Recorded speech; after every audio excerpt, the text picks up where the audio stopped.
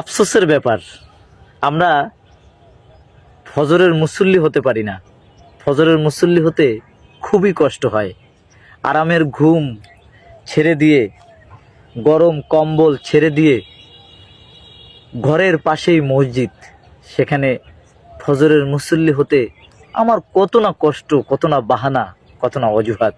অথচ গাড়ির মধ্যে চাপাচাপি করে, হাজার হাজার মানুষের ভিড় উপেক্ষা করে, দুদিন আগে থেকে মাঠে গিয়ে অবস্থান নেই বক্তার মাহফিল শোনার জন্য, বক্তার চেহারা দেখার জন্য এবং ফেসবুকে একটা স্ট্যাটাস দেওয়ার জন্য যে আমি এই মাহফিলে উপস্থিত হয়েছি।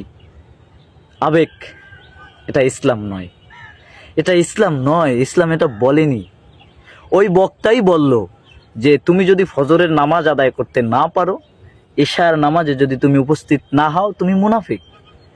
অথচ আমি এসে ওই বক্তাকে নিয়েই সমালোচনা করি যে এই বক্তার এত শ্রোতা, ওই বক্তার এত অনুসারীও নেই। হায় হায়, মুসলমান! মুসলমান শব্দের অর্থ আত্মসমর্পণকারী। আমি আপনি এখনো আত্মসমর্পণ করতে পারি নাই। আমি আপনি এখনো শয়তানের ধোকায় নিজেকে নিঃশেষ করে দিচ্ছি। আসুন শয়তানের ধোকা থেকে বেরিয়ে আসি, প্রকৃত মুসলমানের খাতায় নাম লেখাই। প্রথম কাজ আমাকে যেটা করতে হবে, 5 ওয়াক্ত নামাজি হতে হবে। দূর দূরান্তে বক্তার ওয়াজ শোনা মুখ্য বিষয় নয়।